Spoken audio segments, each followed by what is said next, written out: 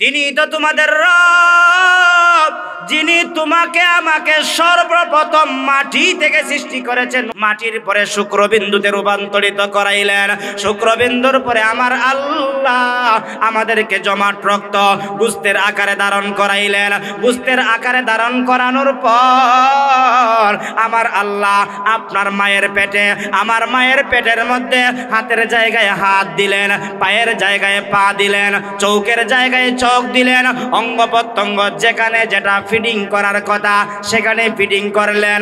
ও মুসলমান, একটা জবানও বন্ধ রাখবেন না। যদি চোখটা সামনে না দিয়া পিছনে দিতেন দুনিয়ার কোনো ডাক্তার, দুনিয়ার কোনো ইঞ্জিনিয়ার সেই চোখটা পিছনেরটা সামনে আনার মতন কোনো শক্তি ছিল? আল্লাহ বলেন, আমি আল্লাহ তোমার মায়ের পেটের ভিতরে গোস্তের আকারে ধারণ করানোর পরে হাতের জায়গায় হাতটা লাগাই দিলাম, পায়ের জায়গায় পাটা লাগাই দিলাম, চোখের জায়গায় চোখটা লাগাই দিলাম। ও মুসলমান, আমি আল্লাহ তাআলা ওয়াল্লাহু আখরাজাকুম মিন বুতুনি উম্মাহাতিকুম, তোমার মায়ের পেটের মধ্যে যখন তোমাকে রেখেছিলাম তখন সময় লা তা'লামুনা শাইআ, বান্দা কোনো কিছুই জানতে না, কোনো কিছুই বুঝতে না। মাথার ব্রেনটা কাজে লাগাইয়া ধীরস্থিরভাবে বোঝার চেষ্টা করেন। আমি আপনি যখন ছোট ছিলাম মায়ের কোলের মধ্যে প্রস্রাব করে দিতাম, ওই প্রস্রাবটা অবুঝ থাকার কারণে আমার হাত দিয়া আমার মুখের মধ্যে লাগাইছি, আপনার হাত দিয়া আপনার মুখের মধ্যে লাগাইছেন। এই কথাটাই আল্লাহ বলেন, আমি যখন তোমাকে তোমার মায়ের পেট থেকে বের করেছিলাম তুই কোনো কিছুই জানতে না, অতএব জানার শোনার ব্যবস্থা করে দিয়েছেন কে? শুকরগুজার বান্দা হও রে দুনিয়ায়, যাহার ফলে নাজ নিয়ামত বেড়ে যায়। প্রভুর শুকর আদায় যদি না কর, কঠিন আযাব হবে তোমার কবর।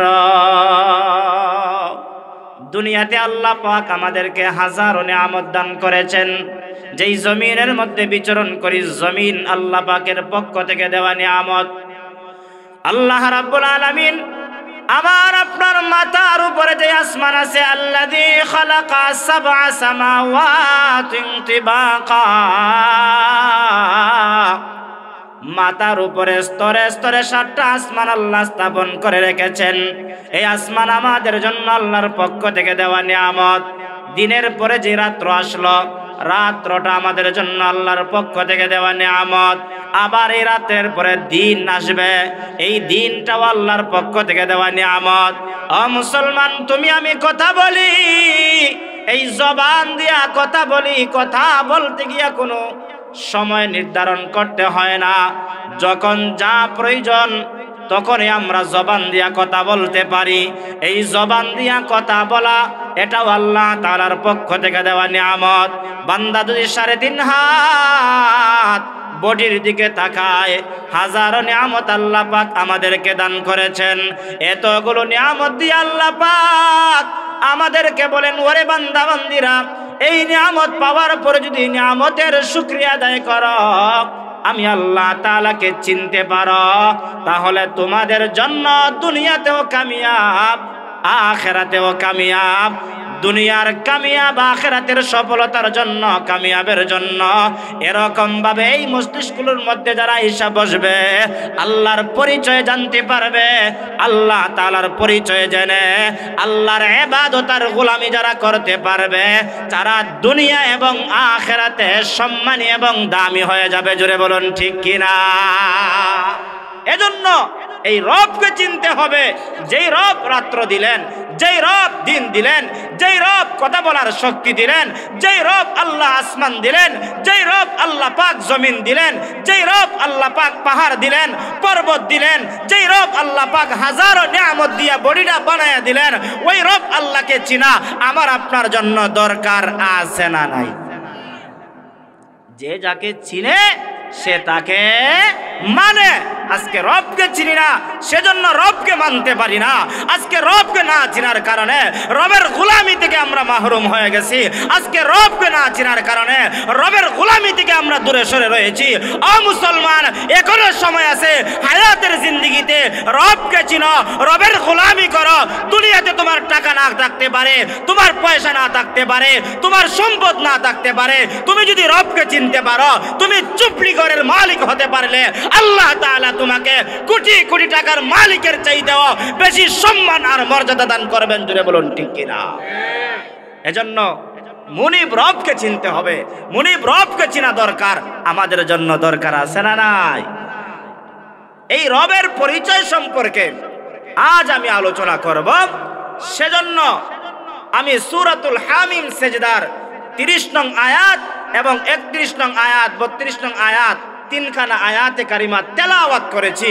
আল্লাহ পাক রব্বুল আলামিন বলেন 30 নম্বর আয়াতের শুরুতে, যদি কোনো মানুষ দুইটা কথাকে গ্রহণ করতে পারে, দুইটা আল্লাহর কাজকে গ্রহণ করতে পারে, দুইটা আল্লাহ পাকের আদেশকে মানতে পারে, আল্লাহ পাক রব্বুল আলামিন এমন দুই গুণ অর্জনকারী বান্দা আর বান্দিকে আল্লাহ 5টা পুরস্কারে পুরস্কৃত করে চির জান্নাতের মেহমান আমাদেরকে বানিয়ে দিবে।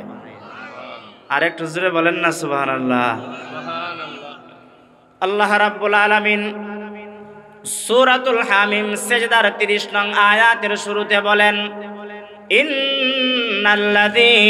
ইন্নাল্লাযীনা ক্বালু রাব্বুনাল্লাহ।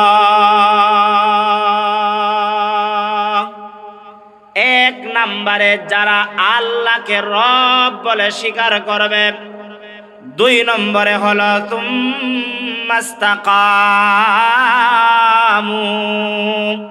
ওই কথার উপর যারা ইস্তেকামত থাকবে, অটল থাকবে, অনর থাকবে, অবিচল থাকবে, আল্লাহ পাক রব্বুল আলামিন বলেন এমন 2 গুণ অর্জনকারী, এমন 2 কোয়ালিটি অর্জনকারী বান্দা আর বান্দীদেরকে আমি আল্লাহ 5টা পুরস্কার দান করব, জান্নাতের মেহমান বানাইব।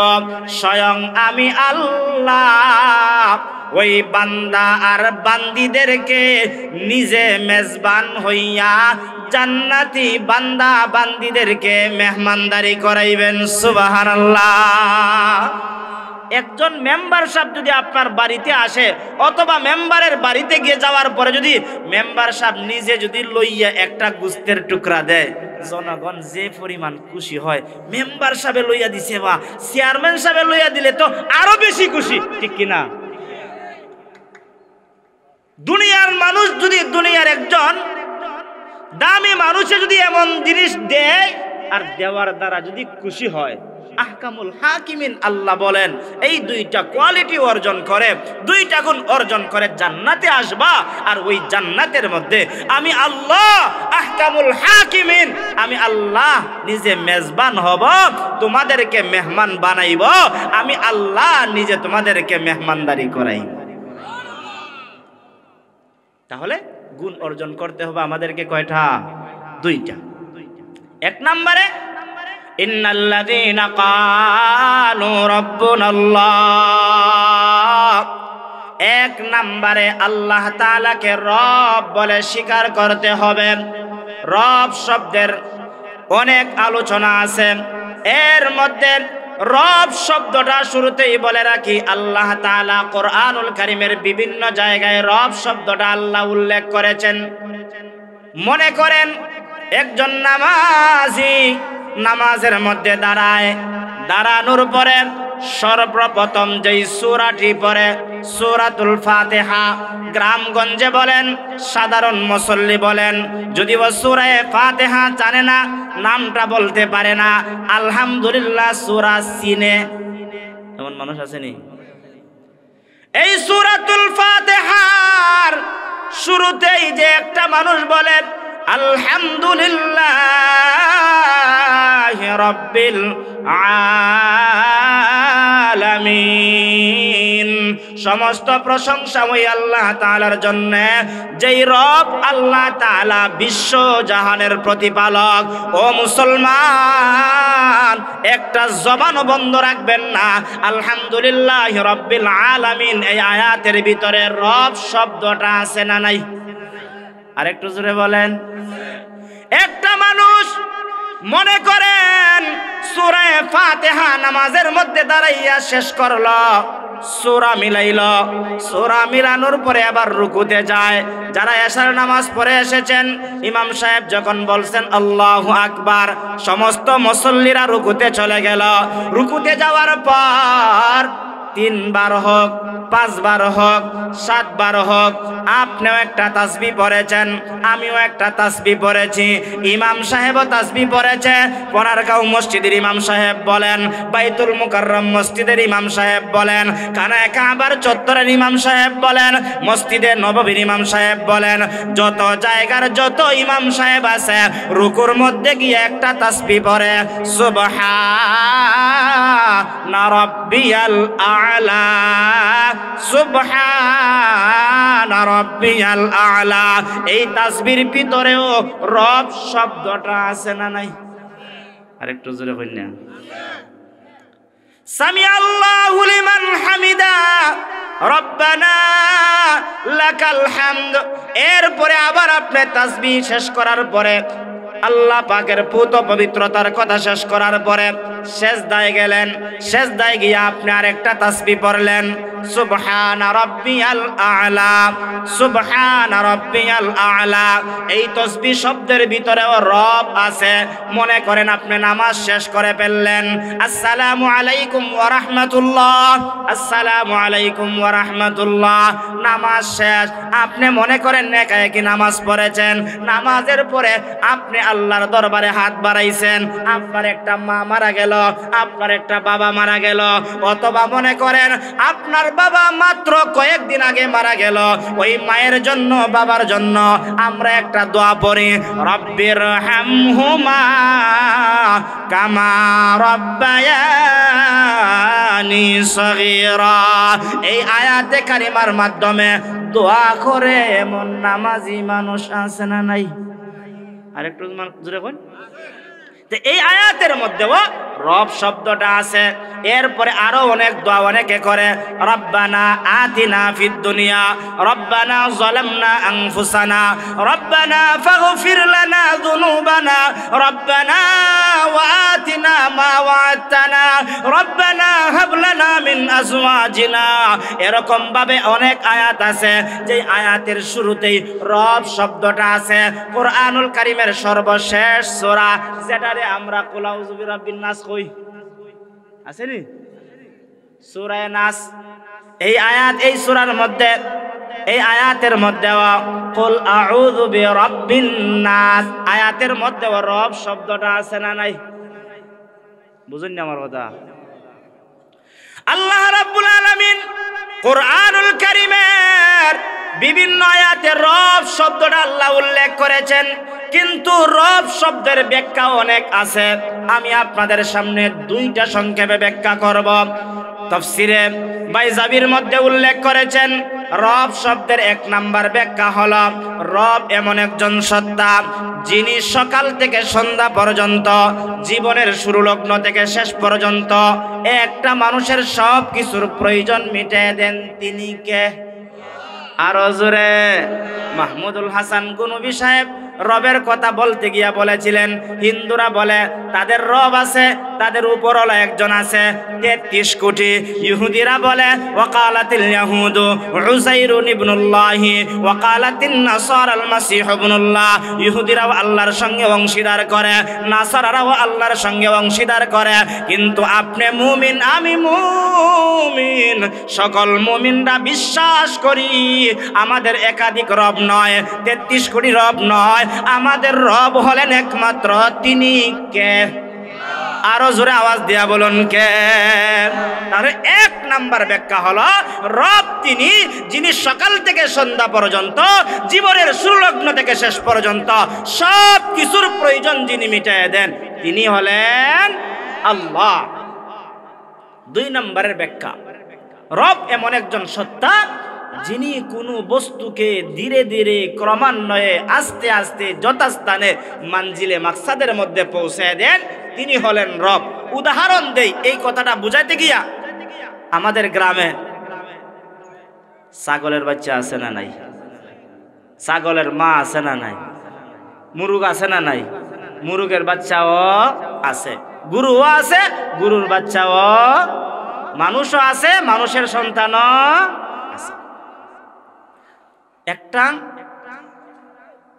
মুরগের বাচ্চা জন্মগ্রহণ করার কয় মাস পরে আটে? 1 মিনিট সময় লাগে না। ডিম থেকে বারোইতে দেরি, ফোনারগাঁও থেকে যদি শক্তি থাকতো শাহপুর যাইতে গিয়ে কিতা হইন। একটা ছাগলের বাচ্চা জন্মগ্রহণ করার পরে সর্বোচ্চ 5 থেকে 10 মিনিট, এরপরে ওই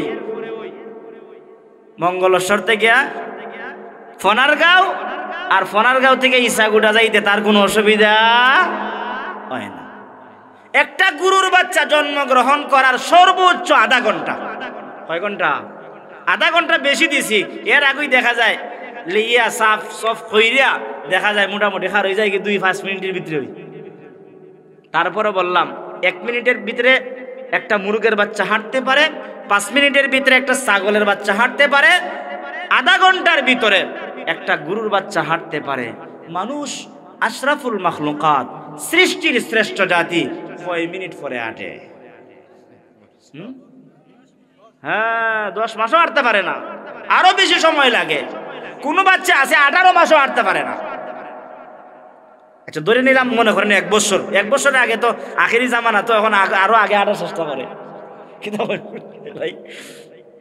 আচ্ছা যাই হোক, ঘন্টার ভিতরে তো হাঁটার কোনো সুযোগ নাই। যদি ঘন্টার ভিতরে হাঁটার সুযোগ পাইতো, যে রবের আলোচনা করতেছি, রবরে রব বলে স্বীকার করতো নি? আরেকটু জোরে কন্যা করতো নি? এমনই তো নাস্তিকের বাচ্চা নাস্তিক হয় কিতা হয়, আসমান এমনি এমনি হইছে, জমিনও এমনি এমনি হইছে, পাহাড় পর্বত এমনি এমনি হইছে, আর মানুষ বলে বান্দর থেকে হইছে। নাউজুবিল্লাহ, জোরে কইতা না? মানুষ কি বান্দর থেকে হইছে? মানুষ আশরাফুল মাখলুকাত, সৃষ্টির শ্রেষ্ঠ জাতি। আল্লাহ বলেন ওয়ালাকাদ কাররামনা বানি আদম। ঘোষণাকার, আরো জোরে বলেন ঘোষণাকার। আল্লাহ বলেন বনি আদম আমাদেরকে আল্লাহ বানাইছেন সৃষ্টির শ্রেষ্ঠ জাতি, আর নাস্তিকরা আমাদেরকে বান্দরের বাচ্চা বানাইতে চায়। আমরা মুমিন মুসলমান কখনো সেই কথায় বিশ্বাসী নয়, আমরা এই কথায় বিশ্বাসী আমরা আদমের আওলাদ, আমরা সৃষ্টির শ্রেষ্ঠ জাতি। জুড়ে বলুন ঠিক কিনা? এরপরেও কিছু নাস্তিক আছে, যেই নাস্তিকরা বলে যে আসমান এমনি এমনি হয়ে গেছে, জমিন এমনি এমনি হয়ে গেছে, পাহাড় পর্বত এমনি এমনি হয়ে গেছে, কিন্তু আমরা সেই কথার সঙ্গে একমত না। যেই কথাটা বলতেছিলাম, রবের 2 নম্বর ব্যাখ্যা হলো যিনি কোন বস্তুকে ধীরে ধীরে ক্রমান্বয়ে আস্তে আস্তে যথাস্থানে মানজিলে মাকসাদের মধ্যে পৌঁছে দেন। উদাহরণ দিয়া ছাগলের কথা বললাম, মুরগের কথা বললাম, গরুর কথা বললাম, আর সাথে সাথে সৃষ্টির শ্রেষ্ঠ জাতি মানুষের কথা বললাম। যেই মানুষের সম্মান আর মর্যাদা বাড়াইয়া দিয়েছেন কে? আরো জোরে বলেন ও মুসলমান। এই 2 নম্বর ব্যাখ্যাটা হলো আল্লাহ তাআলা বলেন, ও পৃথিবীর মানুষেরা, তোমরা যদি রবকে রব বলে স্বীকার করতে পারো, রবের 2 নম্বর ব্যাখ্যা হলো যিনি কোনো বস্তুকে ধীরে ধীরে আস্তে আস্তে ক্রমান্বয়ে মানজিলে মাকসাদের মধ্যে পৌঁছে দেন। আল্লাহ তাআলা চাইলে হাঁস মুরগির মতো, ছাগলের মতো, গরুর মতো, বিভিন্ন প্রাণীর মতো জন্মগ্রহণ করার পরে হাঁটার শক্তি দিতে পারতেন, কিন্তু দিলেন না কেন? যদি জন্মগ্রহণ করার পরে আশরাফুল মাখলুকাত, সৃষ্টির শ্রেষ্ঠ জাতিটা চেয়ারম্যানের দাঁড়াইতো, মেম্বারের দাঁড়াইতো, এমপিগিরির দাঁড়াইতো, মন্ত্রীগিরির দাঁড়াইতো, তাহলে আল্লাহরে রব বলে স্বীকার করত না। সেই জন্য আমার আল্লাহ আমাদেরকে ধীরে ধীরে আস্তে আস্তে ক্রমান্বয়ে মানজিলে মাকসাদের মধ্যে পৌঁছায়া যিনি দিয়েছেন তিনি একমাত্র কে? এটা আমার কথা নয়, কোরআনুল কারীমের মধ্যে আল্লাহ বলেন কিভাবে আমাদেরকে ধীরে ধীরে আস্তে আস্তে যথাস্থানে মানজিলে মাকসাদের মধ্যে পৌঁছে দিলেন। আল্লাহ রাব্বুল আলামিন বলেন হুয়াল্লাযী খালাকাকুম মিন তুরাবিন সুম্মা মিন নুতফা সুম্মা মিন আলাকা সুম্মা ইউখরিজুকুম তিফলান সুম্মা লিতাবলুগু আশুদ্দাকুম সুম্মা লিতাবলুগু আশুদ্দাকুম সুম্মা লিতাকুনু শুয়ুখা।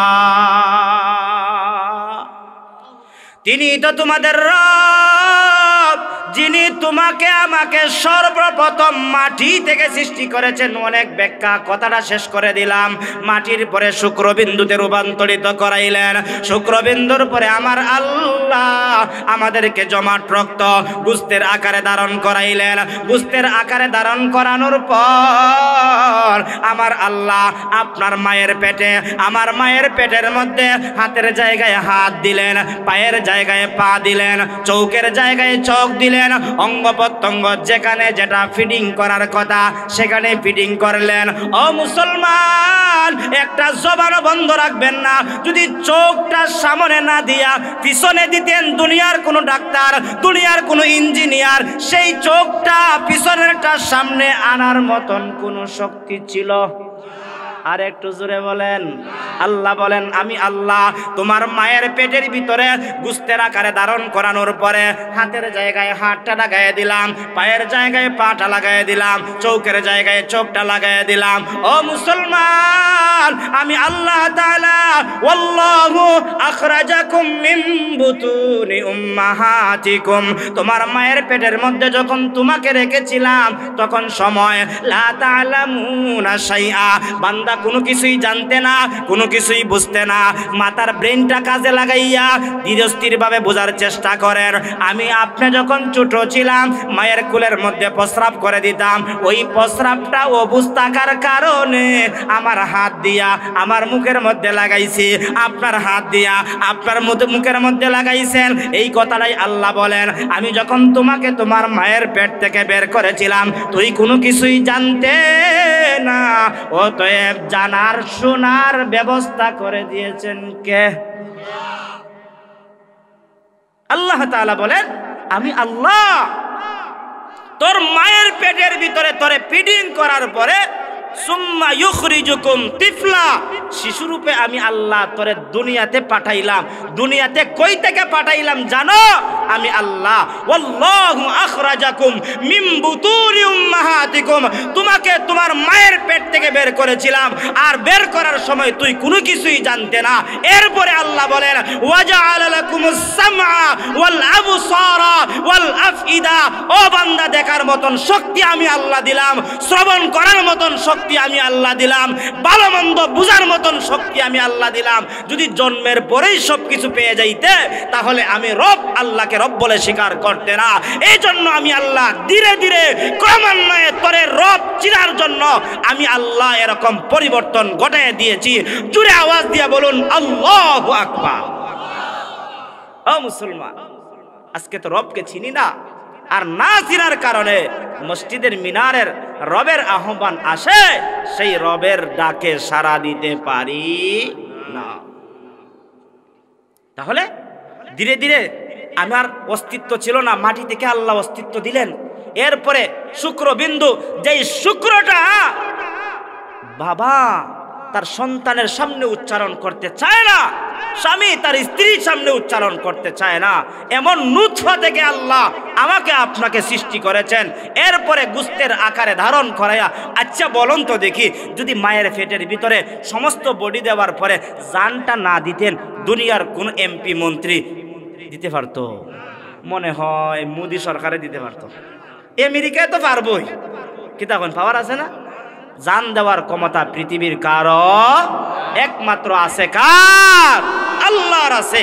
আল্লাহ বলেন, তোর মায়ের পেটের ভিতরে তোরে জান দিলাম, কিন্তু জানটা নিয়ে আসছো, ভালো মন্দ বুঝার শক্তি দেই নাই, আস্তে আস্তে আমি আল্লাহ দিয়েছি।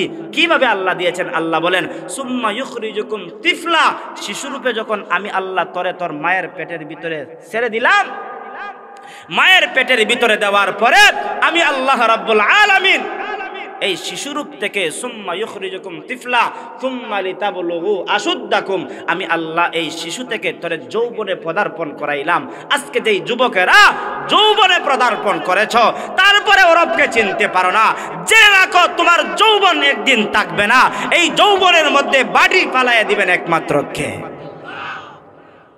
আজকে তো যুবক তার যৌবন টিকে রাখতে গিয়া সপ্তাহে 3 দিন ক্লিনশিপ করে যায়নি, এখান থেকে আসতে হয়নি, যায়নি কিতার লাগি যায়, যৌবন টিকে রাখবার লাগি, যাতে করে ওই দিন ওয়াজ করেছিলাম মুসাইনগর, মানুষে যাতে চায় এখন আর যুবকটা ঠিক আছে।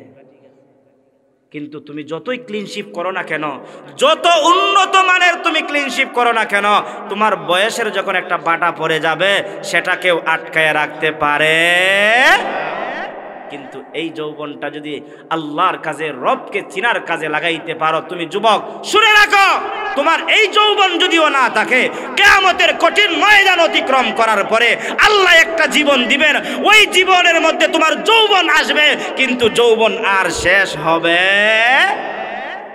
দুনিয়াতে 4টা জিনিস বন্ধু রাখার জন্য চেষ্টা করি, আপনিও করেন, কিন্তু 4টা জিনিস চির শান্তি, চির সুস্থতা, চির যৌবন, চিরজীবন তুমি পাইবা।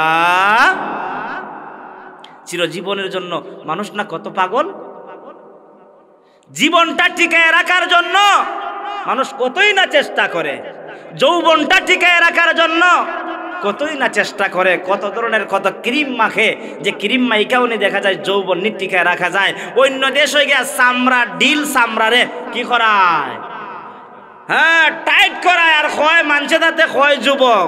এরপরও কিন্তু যতই টাইট করাও না কিতার লাগি জনগণে তোমারে বালা হয়ে রয়েছি। চির যৌবন তুমি দুনিয়াতে পাইবা না, চির সুস্থতা, সুস্থতা টিকায় রাখার জন্য সুন্দরপুরের ডাক্তার দেখানির পরে সোনারুঘাট গেলায়, সোনারুঘাট যাওয়ার পরে হবিগঞ্জে গেলায়, হবিগঞ্জ যাওয়ার পরে সিলেট গেলায়, সিলেটের ডাক্তারও পারে না, ঢাকা গেলায়, ঢাকা গিয়েও পারলো না, মাদ্রাসে গেলায়, এরকম ভাবে ইন্ডিয়া গেলায়, লন্ডন আমেরিকা দেখানির পরেও দেখা যায় চির সুস্থতা পাওয়া যায়।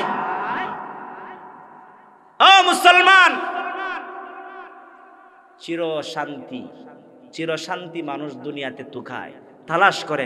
শান্তির জন্যই তো ফনারগার মানুষ বিদেশে যায়, সৌদি আরবে যায়, আমেরিকা যায়, লন্ডন যায়, যে দেশে গেলে পরে টাকা উপার্জন করা যাবে। টাকা উপার্জনের পিছনে কারণ কি? অশান্তি না শান্তি? শান্তি। কিন্তু চিরশান্তি দুনিয়াতে কেউ পাবে? সংক্ষিপ্ত কথা, চিরজীবন, চিরযৌবন, চিরশান্তি, চিরসুস্থতা, 4টা জিনিস দুনিয়াতে কেউ পাবে। কিন্তু ও যুবক, যুবক থেকেই গিয়েছিলাম, ও যুবক, তুমি যদি তোমার যৌবনটা রবের পিছনে কাটাইতে পারো, তোমার চির যৌবন আখিরাতে দান করবেন কে? চির শান্তি দিবেন আল্লাহ, চির সুস্থতা দিবেন আল্লাহ। এই জন্য ও যুবক, এখনো সময় আছে, রবকে চিনো, রবের ডাকে সাড়া দাও, রবের গোলামি করো। তুমি যুবকের দাম আল্লাহর কাছে অনেক বেশি।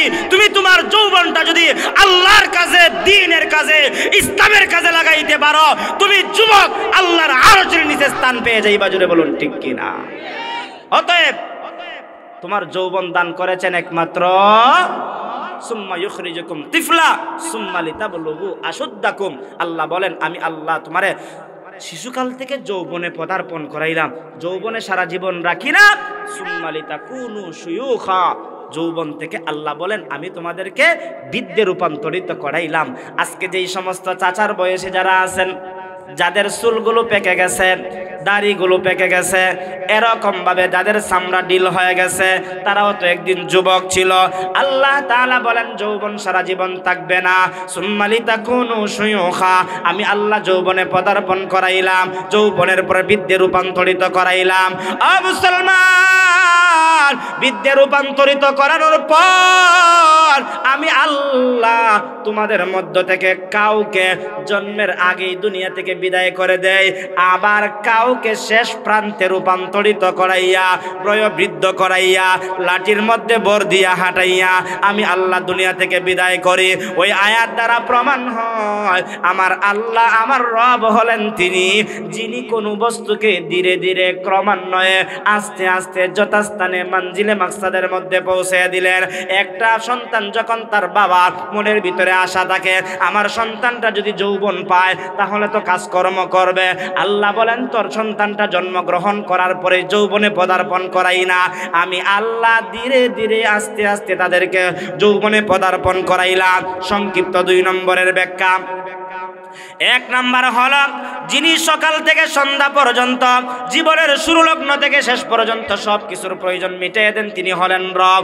আর 1 নাম্বার ব্যাখ্যা হলো যিনি কোনো বস্তুকে ধীরে ধীরে অর্থাৎ মনে করেন মানুষকে ধীরে ধীরে ক্রমান্বয়ে আস্তে আস্তে যথাস্থানে মানজিলে মাকসাদের মধ্যে পৌঁছে দিলেন তিনি হলেন রব।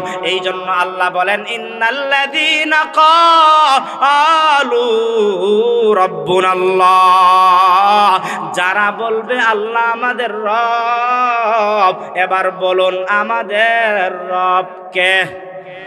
আরো জোরে আওয়াজ দিয়া বলুন কে? 2 নাম্বার হলো সুম্মাস্তাকামু,